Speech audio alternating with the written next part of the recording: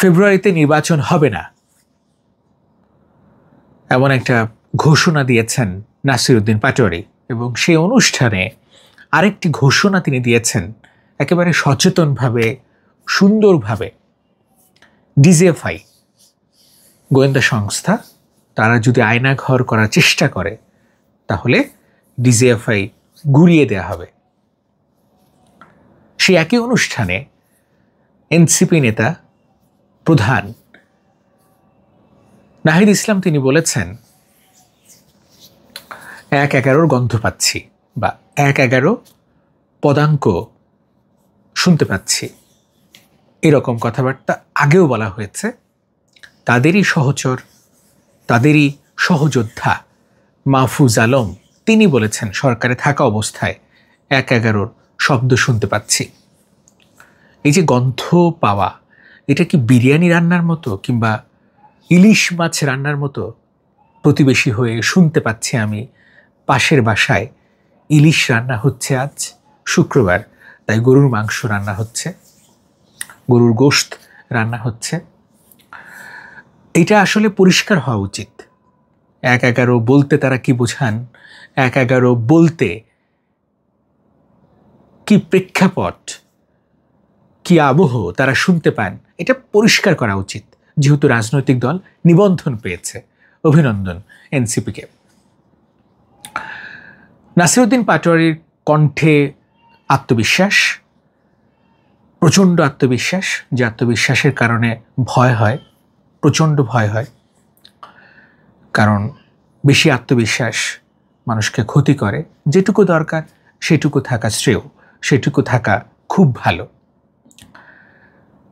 আপনি ব্যাটিং করতেছেন এবং বোলিং করছে শোয়েব আক্তার, জীবনে প্রথম বল আপনি ফেস করবেন, খুব আত্মবিশ্বাসী। শোয়েব আক্তার 161 কিলোমিটার গতির বলটা লাগলো চোয়ালে, 4টা দাঁত পড়ে গেল। এটাই যদি আত্মবিশ্বাস হয়, এই আত্মবিশ্বাস থাকার দরকারই নাই। তিনি বলেছেন খুবই দ্ব্যর্থহীনভাবে নির্বাচন হতে দেয়া হবে না।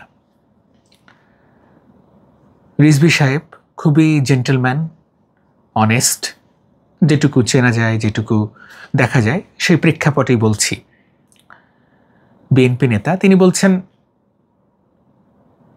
নাসিরউদ্দিন পাটোয়ারির কণ্ঠে হাসিনার টোন, হাসিনার গলা আমিও পাই।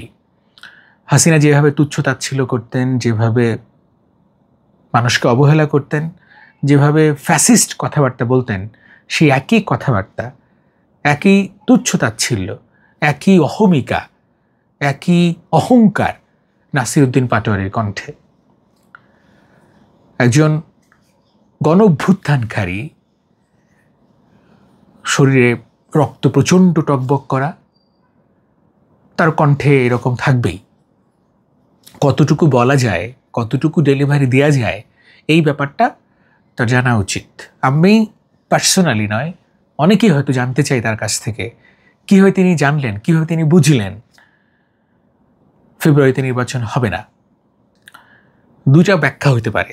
একটা ব্যাখ্যা হচ্ছে তিনি ডক্টর মোহাম্মদ ইউনূসের কাছ থেকে শুনছেন এবং ইউনূস সাহেব তাকে বলছেন যে আমি বলতেছি ফেব্রুয়ারিতে, তোমরা বলো বা তুমি বলো ফেব্রুয়ারিতে হবে না। একটা কন্ট্রাডিক্টরি বা কনফ্লিক্ট তৈরি করা হবে, এটা তোমরা করো। আরেকটা হইতে পারে তিনি আসলে হইতে দিবেন না, নির্বাচন কোনোভাবেই তিনি হতে দিবেন না। নাসিরউদ্দিন পাটোয়ারি, তার দল অনেক শক্তিশালী, যে দলটার জরিপ করলে 2%, 3% ভোট হয়, মানুষ সেই দলটার উপর আস্থা রাখতে পারে না। গণঅভ্যুত্থানের পরে 100 ভাগ তো না হলেও 50 ভাগ, 40 ভাগ সমর্থন পাওয়ার কথা, সেই দলটি 2%, 3% সমর্থন পায়। সেই দলটির নেতা এত বড় কথা বলেন, যত বড় মুখ নয় তত বড় কথা। অনেক কথাই আসছে, অনেক রকম বাজারে কথা প্রচলিত আছে। আসলেই জানতে চাই সবাই কীভাবে তিনি জানলেন বা কীভাবে তিনি করতে দিবেন না। তিনি আরেকটি কথা বলেছেন, যদি নির্বাচন হয় তাহলে এই সরকারকে, যারা মারা গেছে জুলাই আগস্টে, তাদের কাছে ক্ষমা চাইতে হবে। তাদেরকে ডেকে ক্ষমা চাইতে হবে, তাদের জীবন দিতে হবে, কিংবা যারা আহত হয়েছে তাদেরকে সেই হাত, পা, চোখ দিতে হবে। এরকম একটা কথা তিনি বলেছেন।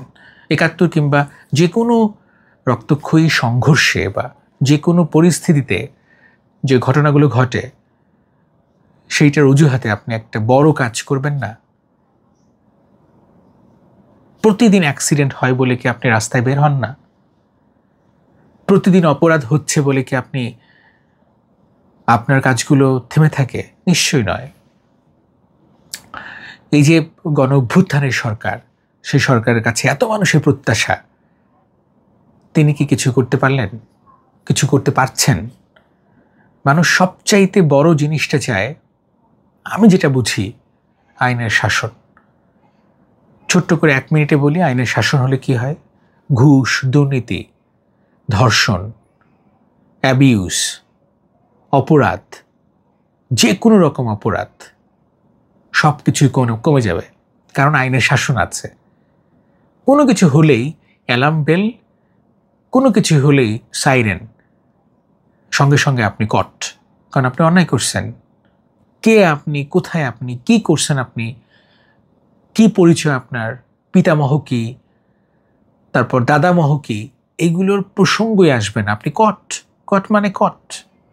আপনার বিচার হবে, সবাই নড়ে চড়ে বসবে যে এখানে তো আইনের শাসন খুবই কড়া, কিছু হলেই বিচার, এবং কঠিন বিচার করতেছে, কাউকেই ছাড় নাই।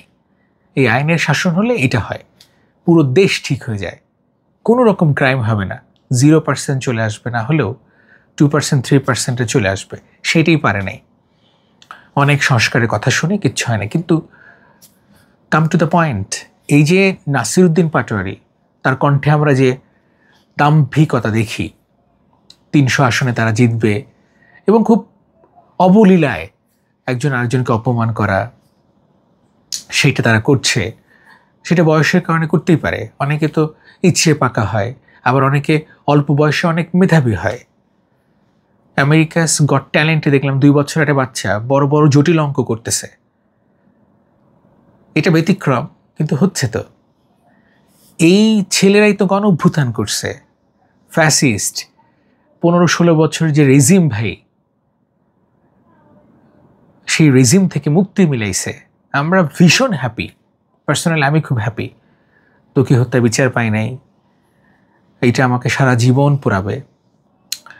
এবং এখন যেন পাই সাগররুনি, আমাদের এই সহকর্মী, ভাই বোন, তাদের নিষ্ঠুর হত্যাকাণ্ডের বিচার এখনো হয় নাই।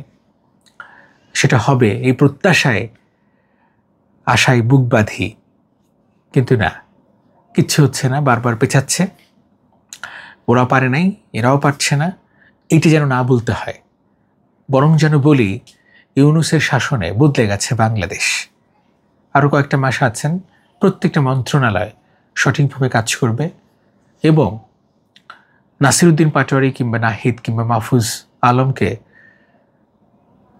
তাদের কাছে জানতে চাইবে সরকার যে আমি যে বললাম ফেব্রুয়ারিতে নির্বাচন, আর আপনারা বলতেছেন 1/11 পদাঙ্ক অনুসরণ করা হচ্ছে, কিংবা 1/11 আসছে, পদধ্বনি শুনতে পাচ্ছেন আপনারা কিভাবে? একটু আসেন, একটু শুনি, গল্প করি।